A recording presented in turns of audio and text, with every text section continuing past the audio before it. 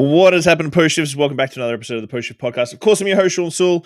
This is a really odd one because I don't usually do these late afternoons. I usually like to do the mid-morning for most of my industry folks out there hanging out, mainly because we're all awake, getting awake and having coffee and you can get a live stream in. But today I'm doing a live stream all the way from my home country, which I don't usually do very often as well, in Australia. And I'm sitting down with Shaun de Vries from Open Pantry Consulting and the host of Principal Hospitality. I was on his podcast a number of months ago. I'm really looking forward to this chat, as I always do with all my guests, because Australia has a very different dynamic of the hospitality industry. And with labor shortages and the increase in minimum wage here in Canada, especially here in BC, I've seen a lot of operators go, oh, this is going to end me, this is going to hurt me.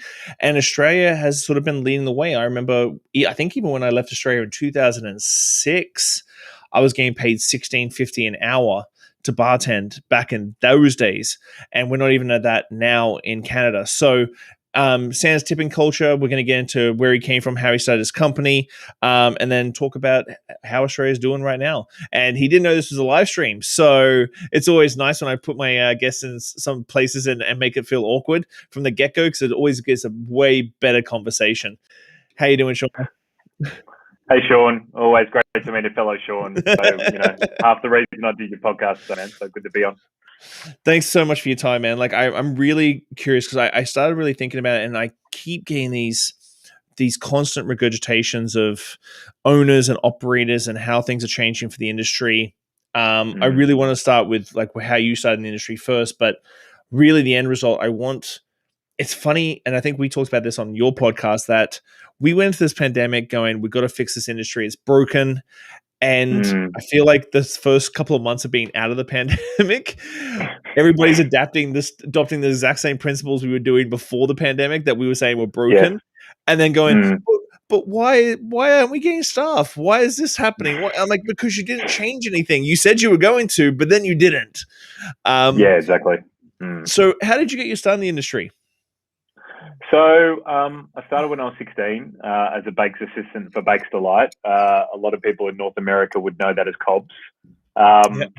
So Cobb's bread. So I started with them when I was 16, worked my way up through the ranks, bought a bakery at 21, became the youngest franchise partner in Australia for the network, bought a second one at 26, had a pretty full-on car accident a year later after that, and couldn't work in my businesses for a long period of time.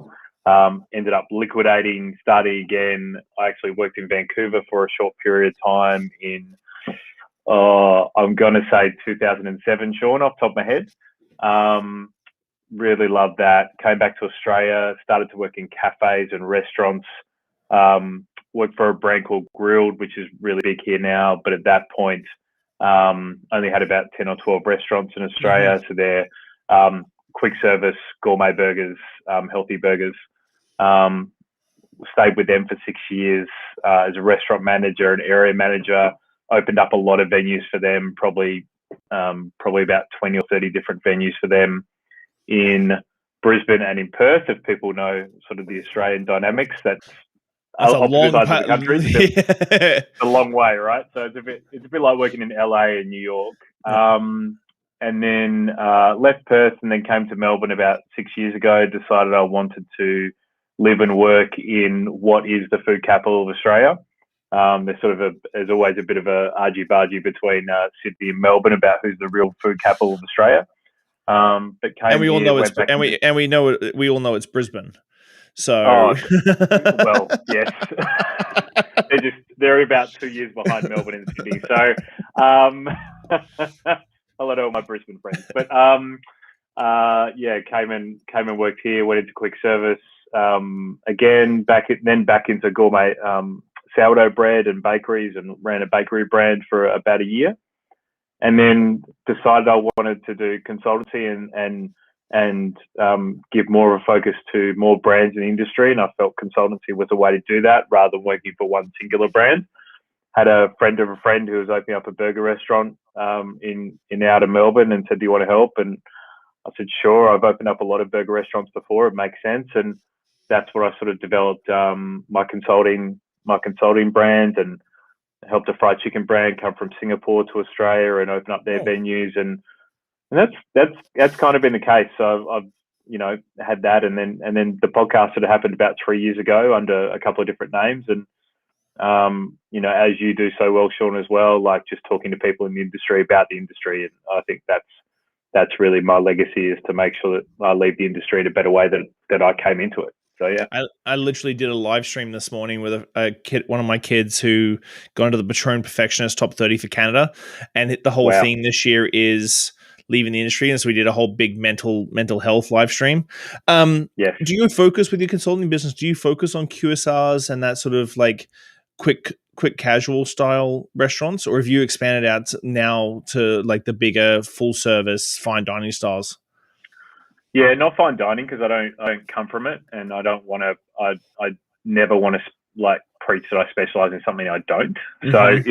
if I decided if I came through that sort of culture, and had done those hard yards as a chef or front of house person, then I would do that. But no, I usually play in. We're doing product development for a bakery brand here, consulting for a pizza brand, and some feasibility studies for breweries and things like that, because I'm heavily involved in beer culture. But no, that's probably where I don't play as yet. If I do get those kind of clients, then I bring on people who are specialists in that area, and we work together on projects, which is always really fun too. Yeah. But do you think this is one big thing? I've got a couple of clients right now, and I'm sure you feel the same way. As like consistency builds culture, not creativity. And Yes. like people, and it's much bigger here in North America, where we have franchise restaurants. And I think it might be a little bit different now, because it's been many years since I've been in Australia. But like, I would say Coffee Club is closest thing to like a franchise restaurant. Yes, true. Mm-hmm. In Australia, where we have like full service crazy bistros and that sort of thing in Canada here. But the systems and the systems and the consistency that those sort of places have really need to be adopted way more for like the independent restaurants and the fine dining sector, because it really is the reason why they're so like, there is a reason why McDonald's is so successful. There's a reason why like these places are so successful, and it's not about quality or anything. It's consistency. Yes. Yeah, 100%. I mean, I sort of grew up in franchise culture, right? So I knew the benefit of systems, and how either following systems will take you to success, or not following them will slowly get you down a hill, right? So, and that's in a system which you're paying to be part of that structure. So when I started to work in independent venues and restaurants and bakeries and stuff, I was kind of surprised that a lot of them didn't have systems and processes which they built. It was usually around, a founder who had built a really good business from the start, and then had sort of just brought in people and brought in more people, and then this is sort of how we do it, and we write stuff down, and here's some stuff in a book and that kind of stuff. But it wasn't ever built out. So once they sort of got to 2 or 3 sites, especially at 3, like I had this 3 venue principle, in that if you get to 3 venues, you're either going to, get your proverbials together, get your systems and processes right, get your recruitment right, and grow, or you're just going to sit at 3 venues, and then maybe that's okay. But like, if you've got an aspiration to grow, like, you really need to put the foundations in place. Otherwise, you're never going to do it. And I've seen that the benefit in consulting is you see the same challenges between brands, whether that be a cafe or a bar or a burger venue. Like they're all the same. Yeah. The old recipe thing. Like, people think I'm pedantic about my recipes. I'm like, no, like dashes and pinches and all this sort of stuff, that doesn't make sense. That doesn't work that way. Like, everything's in grams. It's not like 1 cup of this and 3 cups of this and 500 grams of butter. It's like everything is measured out. Everything is weighed. And people think I'm really, really pedantic about it. But the consistency of it all, like, it's really where, if someone can come in on a Wednesday night or a Friday night or a Saturday morning and it's the same, that's the key for it all. Oh, absolutely. I mean, it doesn't matter if you're an independent restaurant or a franchise restaurant, right? Like, a customer wants consistency. There are certain things, and with that consistency, that customer will then trust you more as a brand, and then they're more likely to try the new products which you've invented, which is creative part of the brand, or the new drink which you've got in a Thursday night special, or something like that, because they trust you because you have been consistent with the recipe or the experience or anything like that. So yeah. Yeah, Cobb's bread. We've got a Cobb bread here in Victoria, and they only do it seasonally. The Vegemite and cheddar rolls. Oh, Like, seasonally.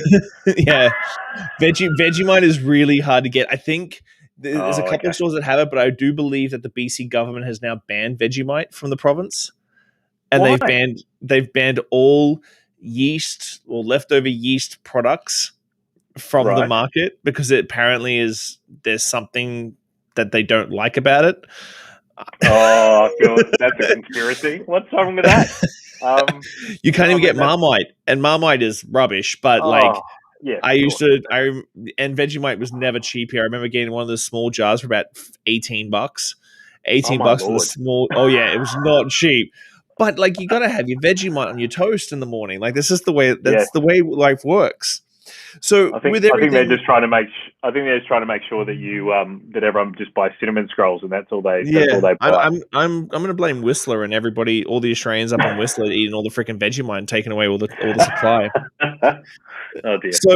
So with the pandemic, I don't really want to harp on the pandemic because we all pretty much Sure. know it's the exact same, pretty much fucking everywhere. The hospitality industry Yes. was decimated, lockdowns, and a lot of lack of guidance from the government. I got a lot of friends on Facebook and stuff that I've seen the same sort of complaints we get from the guys in London, the guys in Canada, the guys in the US. I really don't think there's any, and it's shocking to me because there's some countries in the world that really rely on tourism and hospitality, but I don't believe there's any government anywhere in the world that has actually done a good job at supporting the hospitality industry when we're one of the biggest industries, the biggest GDPs, like the whole shebang. And Yes. understanding, like, if the oil industry and the car manufacturing industry and like the bigger manufacturing industries had gone through what the hospitality industry had gone through in the last 15 months, there would be billions and billions and billions of dollars funneled into those industries, into those brands. How has it been in Australia? Probably not as bad as we initially first thought, but when this first went down in March last year, April last year, like I think speaking with my friends in the US and the UK and what was happening here, like everyone was thinking 30 to 40% closure rate, right? Mm-hmm. And I don't think we've definitely seen that. Probably what we've seen, I think anecdotally, is probably 15% closure rate. And worldwide, there's probably been an oversupply of venues from people that I talk to, and I think it's been a challenging time for everyone who's had venues for a short period of time and maybe had what I call Me Too venues, which are very standard and don't have enough depth in branding and don't have enough depth in menu and differentiators between other brands. So it's been hard for them to survive. The sort of brands that go, I want to be like that guy, and I'm just going to basically replicate that and correct. take a little bit of their success and have that as my own. 100%. So I'm going to get a really cool barista with tats. I'm going to get tan seating. I'm going to get white walls. Great imagery on the wall. And I'm going to do an acai bowl. Like that. That is not inventive, right? So you need to, but it's really hard especially in the coffee space to be different. So you've really got to stand for something. So obviously what we call the CBD market, what Canadians will call downtown, is decimated, right? So decimated. So because 25% of the Melbourne economy is in the CBD in the city, because so many city workers have decided the flexibility of working from home has been fantastic for them as a work-life balance. If someone isn't going into the office 5 days a week, but they're going in one, that's a big challenge for a quick service venue or a cafe in the CBD. So that has been a big challenge. I think obviously outer suburban markets, outer suburban venues have performed really well. That seemed to have has been pretty consistent, mainly because the flip side of someone not going into the CBD 5 days a week is 3 days a week they might be home, right? So then they're close to their local cafe a lot more. Like I know there's a local cafe down the road from us that we go to every single day. I certainly wasn't doing that pre-pandemic. Wow. So I mean, that's completely changed my mindset around that. And what I'm starting to see, Shaun, is a lot of brands who had good branding, stood for something, cared about their staff, cared about their suppliers, had good relationships with their landlord if they were lucky to have done enough to get through this situation, and are now taking up opportunities to grow their brands. So that's a pleasing thing. And I think governments, both local, state, and federal, like I think they've done their best. It's just a question of, when does the money tap turn off? Like how much do we need to as a society throw money at venues and different other businesses and industries as well? When do we say stop? And that's a really hard one. It's a really hard one because that's balancing vaccination rates and balancing zombie businesses and all this kind of stuff. So it's a pretty big challenge. Yeah. That's an interesting take because obviously your consulting has changed dramatically over the last 15 months. With that working from home, like we're talking about big cities, and all of a sudden, like this working from home, remote working, I don't think it's going to go away. We've opened the Pandora box, and working from home is definitely, like, my wife is just about to go to a 4-day work week, and she's been working the whole time in her law firm. But definitely like that transiting into downtown or the CBD from the outskirts of Melbourne is definitely, and I think a lot of businesses are like, oh shit, I don't need to have 10,000 square feet of office space. I can run my business with half of that, and have a couple of little cubicles where people just roll up for 2 days a week. How do you think that's going to affect the hospitality industry? Because I think everybody's opening up right now. Everybody's trying to stay positive, look to the future, that sort of thing. But like, I also don't think there's a lot of businesses that are like, oh shit, what if we don't get back the government workers? What if we don't get back the office workers who finish up work at 5 o'clock Monday through to Friday and come down to my place and have a beer? Like we're feeling it in Victoria. We're definitely feeling it in my hometown.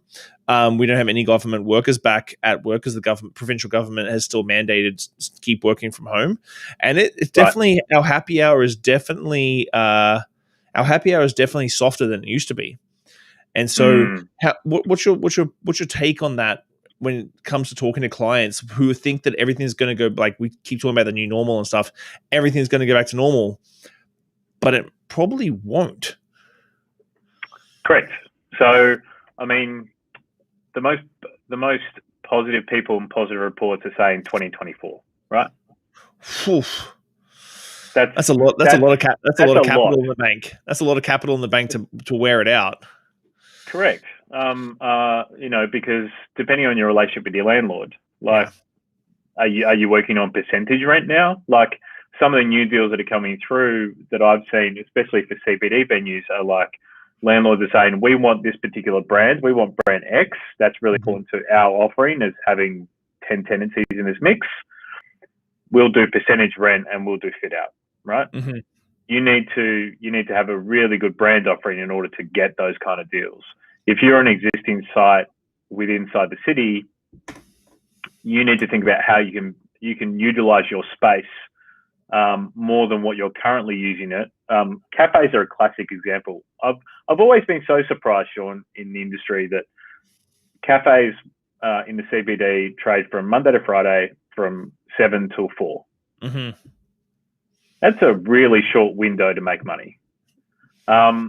So I think city venues should be looking at how they can potentially sublease their space if they can do different offerings, treat it like a dark kitchen at nighttime, do a kind of dip up on the weekends, like use that space more effectively if they can. I know that's a constraint for things like, for cafes, but restaurants can definitely do that because we're seeing dark kitchens, come into Australia and facilities pop up. And, one of the things which is said to them is like, you shouldn't do one venue out of this. You should be looking at doing anywhere between two to 8 different offerings as part of that. So I think the CBD market needs to think very, very similar to that. And also I think the blend of technology into their venues as well, rather than humans, will obviously be a benefit there. Even in a maybe a cheaper labor market than North America. I know we want to talk about that, and I know probably most of your listeners and watchers are North American and probably going, labor's not cheap in North America, Shaun, but but in comparison to Australia, it is. So Yeah. I think, I think there's a lot of challenges. But I think the end thing is, if you're doing the same thing as what you were doing in the end of 2019 as what you're doing now, and thinking you're going to get the same result, like, you're silly. Like, you need to think about how you can better utilize your space, and do different kind of offerings in order to keep your turnover high. I find the dark kitchens and the ghost kitchens very interesting because, like, I'm sure you do the same thing. I do a lot of I listen to a lot of groups in Clubhouse and stuff like that, and it blows my mind the amount of chefs that 4 years ago were demonizing ghost kitchens and dark kitchens, going, "This is going to be the end of restaurants, end of restaurants." Yes. And then COVID hits, and it's like all of a sudden they have a whole lineup of ghost kitchens all dotted around the city, and like, now ghost kitchens are the next evolution of restaurants. I'm like, come on, man, this is the same sort of conversations we have about food trucks and all this sort of stuff. Like, you're always so scared of something that's new. It's like something that's bright and light, and it's like, I don't like it because it's too new and I don't understand it at all. Yes, exactly. I mean, that's just humans not liking change, right? So I think that's never going to stop, Shaun. But and that's what we're seeing, the challenge with tech and that kind of stuff from certain parts of the industry as well, not wanting to do QR coded menus and order at table and all that kind of stuff because it takes away from my guest experience. Well, if I'm getting a guest in, I'm gonna work as hard as I possibly can with a blend of tech and a blend of great experience in order to make sure they come back. And I think that can change and evolve as we go. And I think the more that you're in a customer's front of you in order to get a sale and get an experience out of them is only a positive thing. So things like retail products are going to become very, very normal from restaurants and different venues, which is really great. Like, I do a lot of sessions with a lot of clients and a lot of stuff about social media, and it's just crazy the lack of understanding of social media and how it can impact your followers and impact your bottom line is just absolutely mental. Like, I started talking about TikTok and people's faces just glaze over and just like, what are you talking about TikTok? I'm like, trust me, it's going to be it's the next big thing. But we did talk about this already. Labor shortages and wages in Australia. I know that I talked to a friend of mine who runs a number of bars and restaurants in Melbourne and Sydney, and he said that a lot of immigrant visa workers, Italians, British, that sort of thing, at the start of COVID were pretty much like sent home, like ostracized from Australia. It's like, go back to your own country, which for a lot of, especially in the cocktail sphere, is actually a substantial amount of the industry. Like, a lot of sommeliers, a lot of like high-end servers and maitre d's, cocktail bartenders, the whole shebang. And now, we haven't. I don't think we haven't not necessarily invested enough in our young bartenders and our young industry people. But how's labor shortage affecting you? Because I've heard pretty bad horror stories, which I think everybody's got, though. Yeah, I think it's quite interesting because I was working as an operations manager for a salad brand before the pandemic, right? All the staff let go. I let myself go. The brand sort of continued on in a different form, and then I sort of thought to myself, well, do I want to go back to running one brand again? And I didn't, right? And I think a lot of people have thought the same way. So I think you've got a lot of people who maybe weren't, even though I could have been looked after if I wanted to stay along, like, who maybe weren't looked after, who left the industry and then did something else. And then you've got a foreign workforce here in Australia, which is no different to what's happening in North America, which is anywhere between sort of 10 to 20, depending on your venue, could be upwards of 70% of your staff base, could be international people. And yeah, so we've got a massive challenge for chefs. We've got a massive challenge for baristas, venue managers. Some of the places which are looking for venue managers now are the best venues in Victoria and in Melbourne. And I'm just amazed because those kind of opportunities would have never come up. No. And, looking on employment sites, they're up there for weeks. And it's just, it's scary. So I think, this, especially the Melbourne CBD market, like, we've got roughly probably somewhere between probably 15% of most venues would have international students. Foreign students and education is a big driver for economic growth in this state, and that's been a challenge because all of them were sent back home, and then slowly starting to come back, really super slowly. So we're challenged with that, and then obviously a lot of people who are on visas and not permanent residency in Australia were sent home. So the thing, and the way that Australia has decided to make sure they do okay at the pandemic is shut its borders, right? So it's really, really hard to get into this country right now.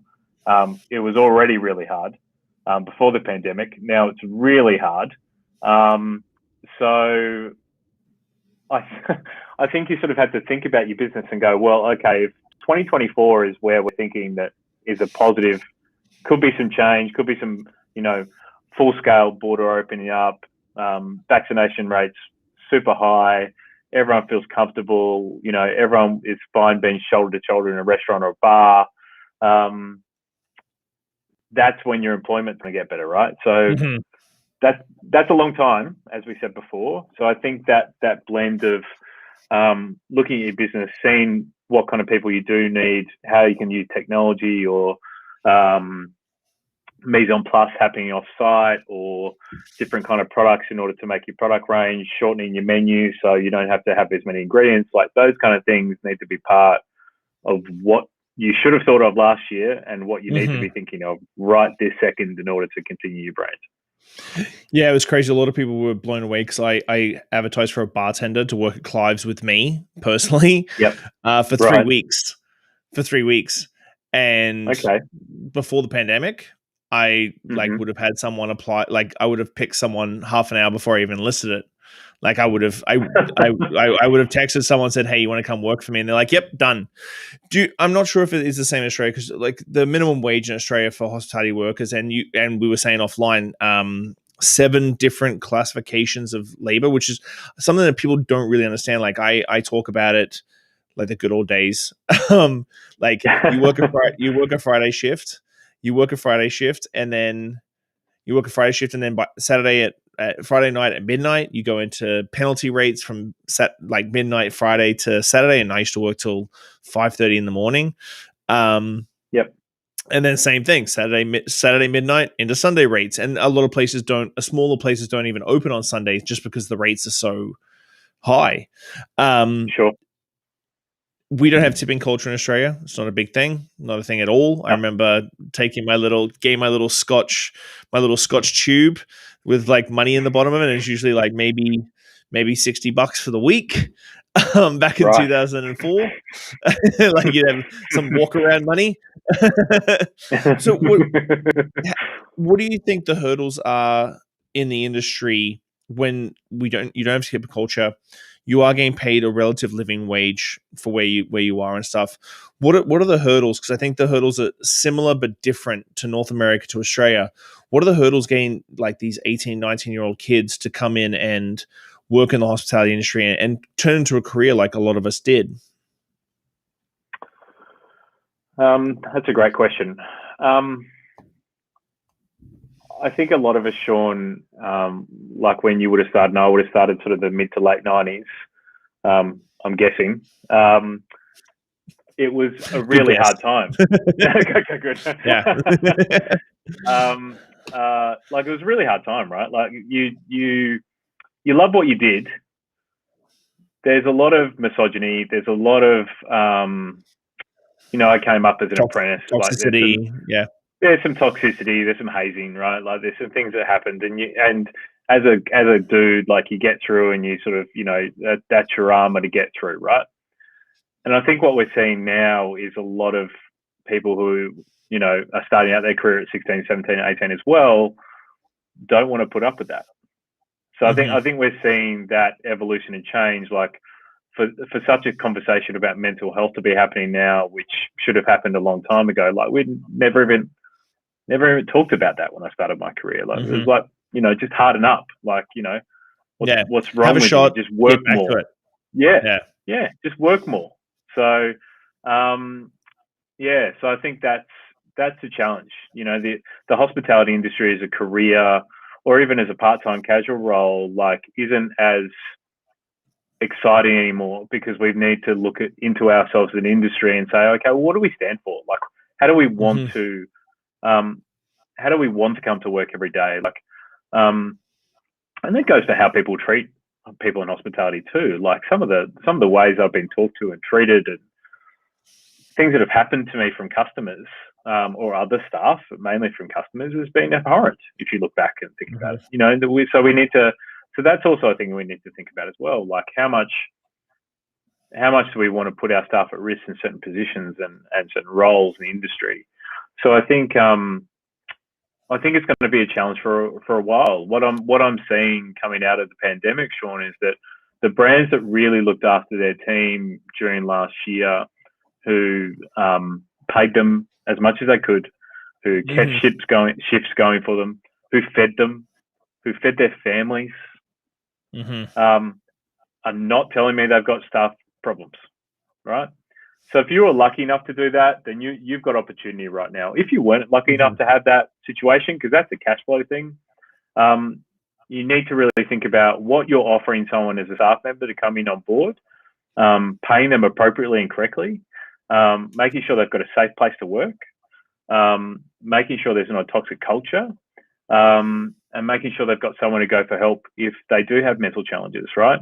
And that's just going to be a consistent thing. Like, that's not all of a sudden we're not going to get to 2024 and everyone's going to not have mental health issues, right? It's just it's going to be continuous in the kind of environment that we now live in, which doesn't stop information happening all the time and people being able to connect with each other as much as they want. That has challenges on the back end. So I think we also need better training pathways, and I think what we've seen here in Australia is you know, the government sort of institutions of like TAFE and apprenticeships and that kind of stuff maybe not be as good as they were in the 90s. And that's not me looking when I started my career with rose-colored glasses. That is from talking with a lot of different people about how they were trained in the last 15 to 20 years, and how it's, you know, dropped off, and money hasn't been spent, and maybe the training hasn't been as appropriate as it should. So I think we need to look back and think about, okay, well, when the industry was coming through and when we saw a lot of great people experiences happening, a lot of good training happening, like, how was that delivered? And I think hotels and hotel restaurants have a big part to play in that. And I don't think they've had the ability to do that for the last period of time. I think they've been demonized a bit, and I definitely think we could go back to that 4-year apprenticeship for a chef or a baker or something like that, and making sure we have structured training. Because one of the reasons that people stay in the hospitality industry, I'm not sure about yourself, Shaun, but one of the reasons that I came into it was structure and consistency. And even though I didn't realize it at that point, that is what kept me in a career, was structure, consistency, and knowing that I was valuing what I was doing. And so I think that's really important moving through. Like, let's value our people even more than we have before. Let's provide great training pathways. Let's listen to them rather than talk at them. Let's try and work things out together and pay them appropriately and all those good things that we should have been doing anyway. Yeah, I've been talking about that a lot lately. With HR and stuff, because our industry is horrible with HR. Like, independent restaurants outside the franchises where there's a head office and an HR manager or something like that. Our industry as a whole is freaking horrible with HR. And I keep talking to people in the industry here that can't get staff. I'm like, have you got a proper job description? Have you got a fully laid out 2-page job description for every job in your place? Do you post that job description as a job ad? Do you have like a resume screenshot, an interview screenshot? Do you sit down with the person and tell them you're the bartender? These are your responsibilities and your rights and so on and so forth, and have them sign it when they do their average wage and stuff like that. And they're like, no, like, we just sort of our onboard is like, grab a coffee, sit down. So you're going to be bartending. Sweet. Awesome. Okay, off you go. And then wonder why in a month they're all burnt out, and that's the nature of the beast. And I think we've missed the opportunity during pandemic, and I'd love you to jump on this one, but I don't think we were transparent enough as an industry. Like you heard certain stories of like, oh, it's been really hard. It's been really hard to run restaurants during the pandemic and all this sort of stuff. But really down to the root of all things, I don't think as an industry, operators and owners and managers were truly honest with themselves about how hard the industry is, not just in the pandemic, in general. And connecting with the guests, because you would mention about the way guests treat you at times, but like really that those sort of stories educate the guests, like talking about doing an 18-hour day because like a Saturday fell on an inventory day, like July 1st this year, like July 1st for us was Canada Day, so I did inventory in the morning and then worked straight through till midnight, and so I did 15 hours, and I'm like, that's the nature of the beast. You're a manager, you do inventory, and then you get into service. And I don't think we were really raw enough. I think there's a few stories here and there, but we weren't raw enough to really show the general public just how mentally breaking this industry is. Yeah, I totally agree, and I think that's why we're finding it such a challenge to increase menu prices. Is because we're not talking about the challenge that it is. We're not, we don't want to bother anyone with saying that we've done a 20-hour day. Like me being an ex-baker, Shaun, Easter and Christmas are fun times for everyone else but a baker, right? Like, especially Easter with hot cross buns. Like, the 20 hours a day that I was doing around Easter were not fun. And so when someone complains to you because the price of a 6-pack of hot cross buns was $5 when they could go to the supermarket for $3.50 was not a fun conversation to have, right? So I think I think we need to become better storytellers. I think the industry is doing better at that. Both you and I are getting, are really fortunate to have really good guests that come onto our show, and talk about their experiences. And I think that's helping. I think that's slowly helping, because in order for people to be paid better in the industry, menu prices have to increase, in order to supplement that, right? But as part of that increase in price, customers need to understand why it's increasing. Whether that be because we pay our staff correctly on a Sunday or a public holiday, which are loadings here for us, where we pay staff exceptionally more than a normal shift, or whether it be that we've decided as a brand to use organic or use free range, which obviously costs more in the supply chain. It's not the same as you can get from a supermarket, and especially as an independent restaurant, it's like you're not going to get the economies of scale from a supply chain that someone like McDonald's or Burger King or Applebee's or whoever else is going, or Cobb's Bread is going to get, right? It's not the same. So I think storytelling is a really big part, and being open with your customers about why things are costing more, because top line revenue fixes everything. And if we can make sure we increase our sales, then we can do everything else underneath appropriately. We can pay our suppliers on time. We can pay our staff what they should be paid. We can pay our landlord on time, and all of a sudden a lot of the stresses and a lot of the mental challenges go away. So if you think about your business in a holistic way, I think that really helps a lot with actually running your business day to day. Well, we're both big Gary Vee fans. I googled you, and one of the big pictures was you actually getting a fucking selfie with Gary Vee, which I fucking hate you for, by the way. I fucking hate you for that. I got invited to his Empathy Wines event. You fucking suck. You fucking suck.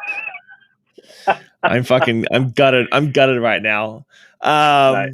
But his big thing, his big thing is document over create. His big thing is document over create. I think I do documentation more than anything. I don't have any pretty like Photoshop pictures of me from a photographer on my wall or anything like that. It's literally like, if I have a rough day, you get a photo like of me with a freaking bags under my eyes and working 55 hours a week behind the lounge. But so we have mentioned like labor, like the cost of labor in Australia. Can you tell everybody that's listening, because I've got, as you said, like a lot of North American listeners, how much is a starting wage hourly in Australia for all my operators that are listening? What are we starting at people at? Sure. You might want to do some calculations here, Shaun, because I didn't do the Canadian calculation. But in Australian dollars, if you start, so we have like, I'm not sure if you have the same thing, but casual, part-time, and full-time rates, right? We don't. So It's the same across the board. Right. Oh, okay, right. So casual basically means that you work whenever an employer says you should work. So there's no guaranteed work with the casual. With the part-time, you're guaranteed between 15 hours or 20 hours a week. And they're more like full-time rates. So it depends on the award if you're working, between 15 or 20 hours a week as a bare minimum. And then full-time is obviously 38 hours a week. So if I'm a casual, which means that I'm entitled to more loadings because I don't have a continuation of work. I don't have to be on a roster on a particular week. If I'm a barista, I'm probably earning Monday to Friday, bare minimum $21 an hour. If I'm working a Saturday, you can add a 25% loading to that. If I'm working a Sunday, you can add a 50% loading to that base rate. And if I'm working a normal public holiday, it's double time. And if you're working Good Friday or Christmas Day, then it's triple time. So if I'm, right. So there's like the sacred days.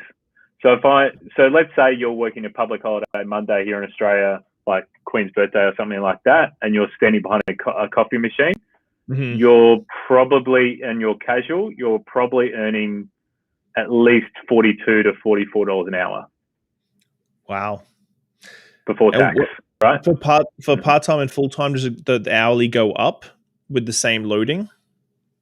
No, not really. With the part-time, it will go up with the same loading, but the rate will be slightly less. So the rate will be around $3 less an hour.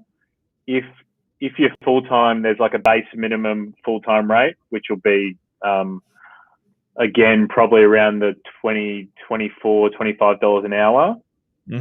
But you won't get the loadings. But what you might have in your contract is that you'll work maybe every Saturday, but you won't work every Sunday. And if you work a public holiday, you won't get you'll get your normal rate of pay, but you'll also get an extra day off in lieu, right? Yeah. So it's pretty much like getting double time. It's just done in a different way. Yeah. Which a lot of people like. And that's basically how it works. So that, and then obviously work cover, which I'd imagine you would have here, which is around 2%, 2.5% on most people's wage loadings. And then superannuation is the other thing. Superannuation. We don't have retirement or anything like that. Superannuation is something very cool that Australia does.